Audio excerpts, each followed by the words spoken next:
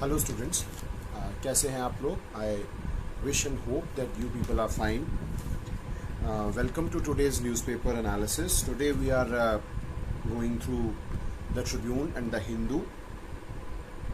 On the first page there is a news: Nepal alters map. Kalapani Lipulekh Limpiyadhura area को अपने map के अंदर officially include कर लिया नेपाल ने. They have amended their constitution. To understand this problem, I again request you people to go to SKI Brain Train YouTube channel and see the entire video related to this particular problem.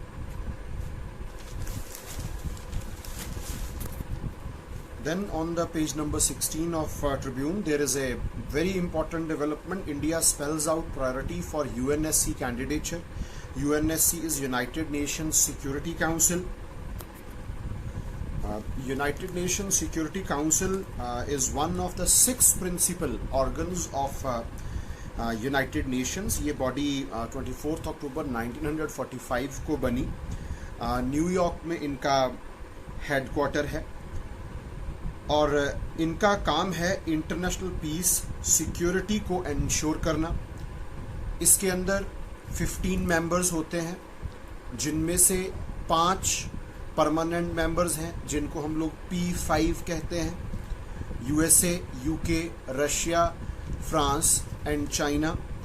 10 जो हैं ये non permanent members हैं जिनका 2 years का tenure होता है. And presently these 10 non-permanent members are, you can note them down: Belgium, Dominion Republic, Estonia, Germany, Indonesia, Niger, Saint Vincent and Grenadines, South Africa, Tunisia and Vietnam. So these are the 10 non-permanent member जिनको 2 साल के tenure के लिए appoint किया जाता है. India is going to contest for its candidacy for 2021-22 tenure. इससे पहले इंडिया 7 बार यूनाइटेड नेशन सिक्योरिटी काउंसिल का नॉन परमानेंट मेंबर रह चुका है. 1950-51, 1967-68, 1972-73, 1977-78, 1984-85, 1991-1992 and 2011 and 12. सो इंडिया इस बार जो नज़र आ रहा है, यूनानिमस सपोर्ट मिली है 55 मेंबर एशिया पैसिफिक ग्रुप की. इवन पाकिस्तान और चाइना ने भी इंडिया के कैंडिडेचर को इस बार सपोर्ट किया है.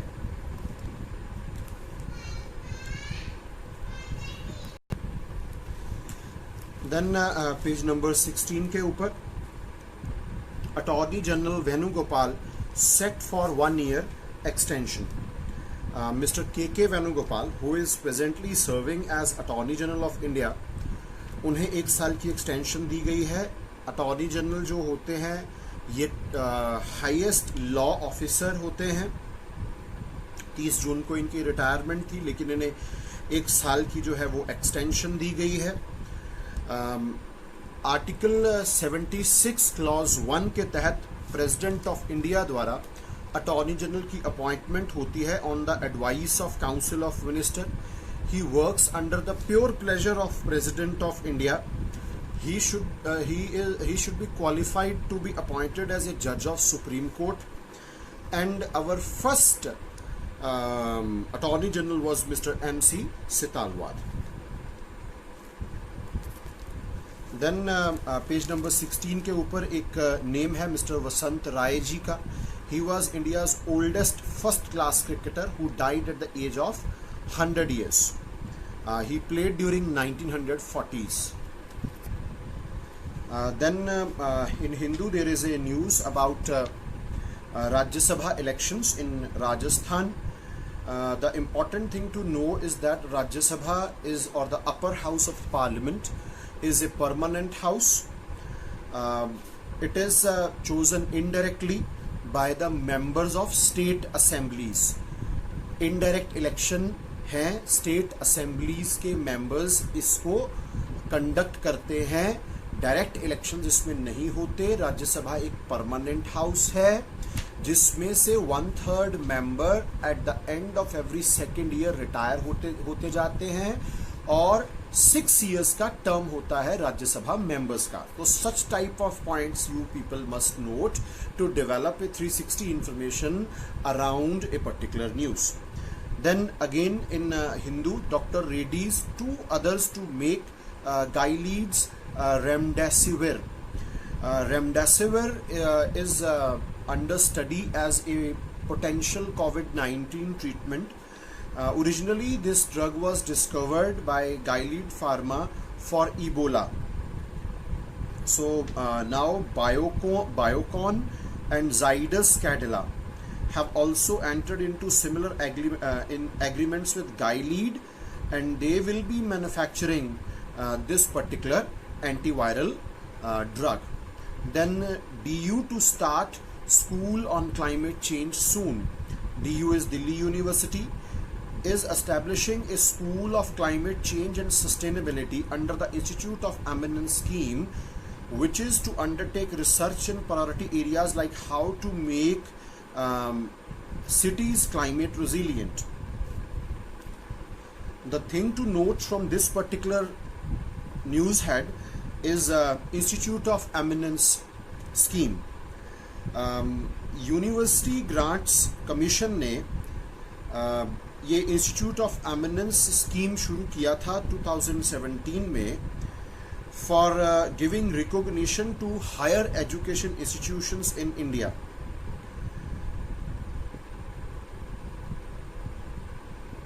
और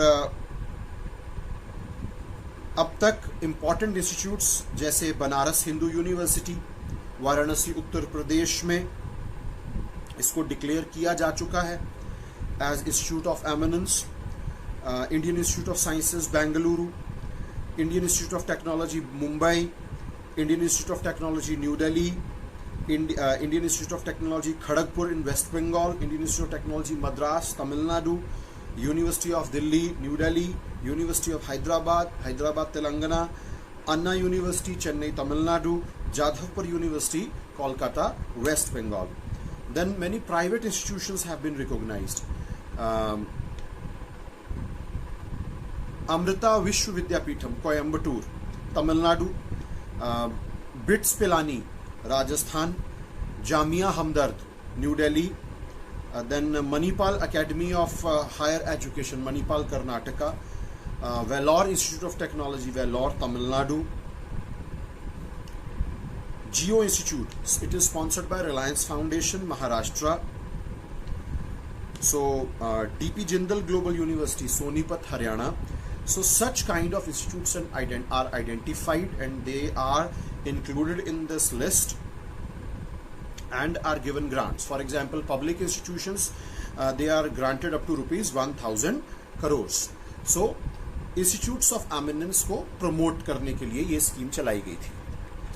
Then again from Hindu, health ministry ने एंटी मलेरियल ड्रग हाइड्रोक्सीक्लोरोक्वीन के बारे में आपने जानना हो तो अगेन यूट्यूब के ऊपर कोविड-19 पोटेंशियल ट्रीटमेंट्स का एक वीडियो है SKI ब्रेन ट्रेन के ऊपर, उसको आप ज़रूर देखिएगा. इसको अप्रूव कर दिया है to be used as a possible drug in course of कोविड-19 treatment. National clinical management protocol, जिसके तहत management of cases depending upon mild, moderate और सिवियर के बारे में गाइडलाइंस दी जाती हैं, उसके अंदर ये बताया गया है. और उसी प्रोटोकॉल के अंदर रेमडेसिविर और tocilizumab, these two drugs have also been talked about, and convalescent plasma therapy, जो रिकवर हुए पेशेंट्स हैं उनके ब्लड में से प्लाज्मा लेकर एक्टिव केसेस को चढ़ाना. हालांकि इसके ऊपर डिस्प्यूट्स हैं, तो this is the thing to note down. Then ICMR ने कहा है कि there are under reported cases, missing numbers हैं इंडिया की रिपोर्टिंग में, और उनके इस न्यूज़ के अनुसार कि 20 टाइम्स और केसेस हो सकते हैं मई में, हो सकते थे मई में। और यहाँ पर इन्होंने कहा है कि सीरोलॉजिकल सर्वेज में ज़्यादा पता चल सकता था। सीरोलॉजिकल सर्वेज क्या होते हैं? ब्लड सैंपल लिया जाता है। Serology is the science under which various kinds of body fluids can be studied. तो सीरोलॉजिकल स्टडीज में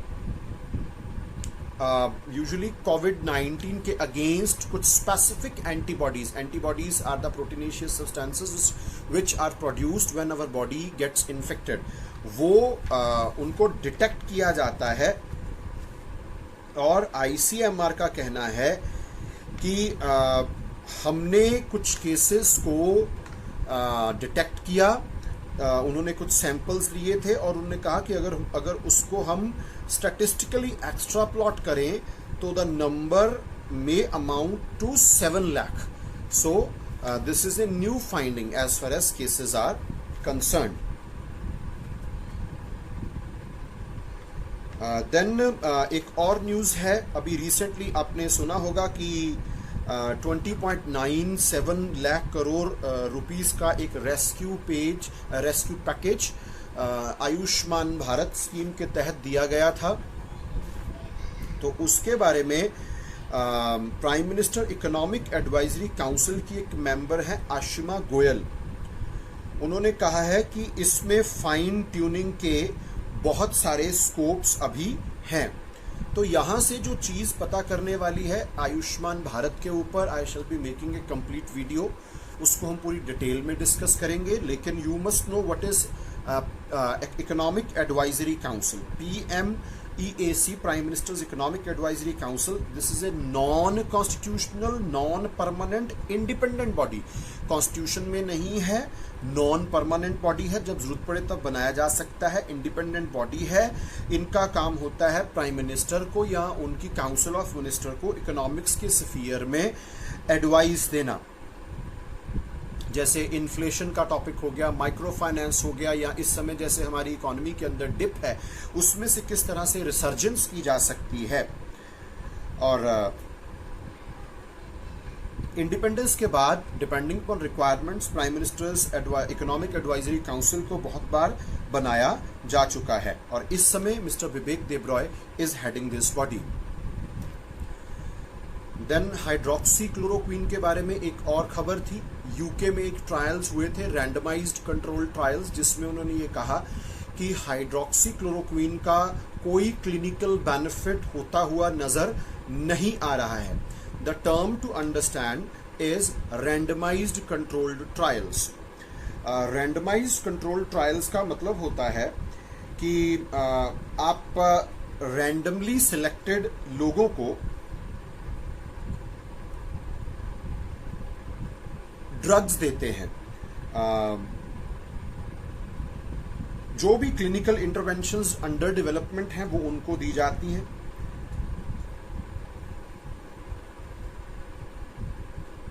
और वहां से रिजल्ट्स जो हैं वो चेक किए जाते हैं। तो इनको हम रैंडमाइज्ड कंट्रोल्ड ट्रायल्स कहते हैं। देन चिकुनगुनिया के बारे में एक न्यूज़ है हिंदू में। चिकुनगुनिया एक वायरल डिजीज है जो कि एडिस एजिप्टियाई और एडिस एल्बोपिक्टस नाम की दो मॉस्किटो स्पीसीज द्वारा फैलाया जाता है। इसके पहले केसेस 1952 में रिपोर्ट हुए थे और recently ICMR national institute of virology ने एक पेपर पब्लिश किया, जेनेटिक्स एंड एवोल्यूशन, जिसमें यह कहा गया कि इंडिया में से नेबरिंग कंट्री श्रीलंका, बांग्लादेश और चाइना में ये डिजीज फैला है। तो इस डिजीज के नेचर के बारे में पता होना चाहिए, कब पहले केसेस आए और कौन सी मॉस्किटो स्पीसीज इसको फैलाती हैं। देन एक और न्यूज़ थी साइंस एंड टेक्नोलॉजी के सेक्शन में से हम इसको पढ़ सकते हैं कि एक 74 मिलियन ईयर्स ओल्ड मैमल के रिमेन्स मिले हैं पैटागोनिया में। पैटागोनिया जो है, पैटागोनिया का इलाका साउथ अमेरिकन कॉन्टिनेंट में पड़ता है। It is shared by Argentina and Chile. तो यहाँ पर चिलियन एंटार्क्टिक इंस्टीट्यूट ने ये रिपोर्ट किया कि एक मैमल के रिमेन्स मिले हैं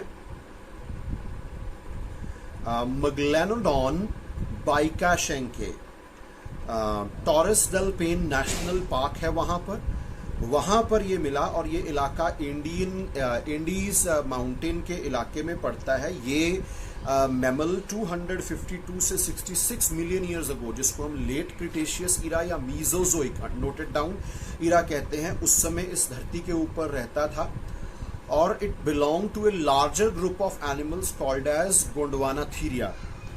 और यहाँ पर एक टर्म इस्तेमाल की गई है कि it is a stepping stone species. Stepping stone species का मतलब होता है a species by studying which we can understand the relationship between species below it and above it, और we can move ahead in the study of a species. तो egg laying mammals जैसे platypus है, it is a very unique category of mammals which lay eggs plus feed their young ones through mammary glands. And marsupial mammals, marsupials कहते हैं pouch bearing mammals को, जैसे kangaroos होते हैं, they are called as marsupials। तो उनके बीच में एक कनेक्शन का काम कर सकता है। तो this was the information from this piece of news। Then IIT Madras ने एक रिसर्च की है। इन्होंने ह्यूमन गट में पाए जाने वाले फ्रेंडली बैक्टीरिया के मेटाबॉलिज्म का मतलब होता है the rate at which our body constructs and destructs, the overall outcome is called as metabolism. तो हमारे ह्यूमन गट के अंदर फ्रेंडली बैक्टीरिया पाए जाते हैं, जो कि बहुत उनकी स्टडी बहुत इंपॉर्टेंट है प्रोबायोटिक्स को बनाने में। प्रोबायोटिक्स जो है वो बाहर से दिए जाने वाले हेल्पफुल बैक्टीरिया होते हैं which can help you in case of stomach infections and many other diseases. तो ज़्यादातर जो स्टमक जो गट फ्लोरा होता है, ये आमतौर पर एक फैमिली है जिसको हम बाइफिडोबैक्टीरियम जीनस, तो ये बाइफिडोबैक्टीरियम जीनस के होते हैं। और एडल्ट्स में बाइफिडोबैक्टीरियम एडोलेसेंटिस एंड बाइफिडोबैक्टीरियम लॉन्गम पाया जाता है, और इन्फेंट्स के केस में बाइफिडोबैक्टीरियम बिफिडम जो है वो ज़्यादा पाया गया है। और ओवरऑल इस तरह के 80 kinds of species have been found in human gut. उनमें से 36 strains varieties belonging to 20 species have been identified. Species मैंने आपको बताया था कि जब दो organisms when they belong to same species they can reproduce and the young ones are fertile as well. So then again WHO का एक article publish हुआ है ट्रिब्यून में, जिसमें एसिम्प्टोमेटिक ट्रांसमिशन के ऊपर बातचीत की गई है। मैंने अपने कल के वीडियो में SKI ब्रेन ड्रेन के ऊपर एसिम्प्टोमेटिक पेशेंट्स के बारे में बात की थी, प्लीज आप उसको सुनिए। WHO भी कह रहा है कि इसके ऊपर और ज्यादा रिसर्च करने की जरूरत है।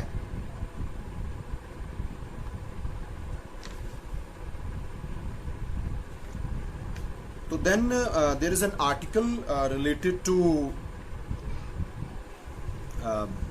LAC line of actual control. इसके अंदर एक टर्म आई है BPTA 1993 border peace and tranquillity agreement 1993 में हुआ था, जिसमें जो आज सिचुएशन है LAC की उसको रेफरेंस पॉइंट मानकर बातचीत जो है वो की गई थी।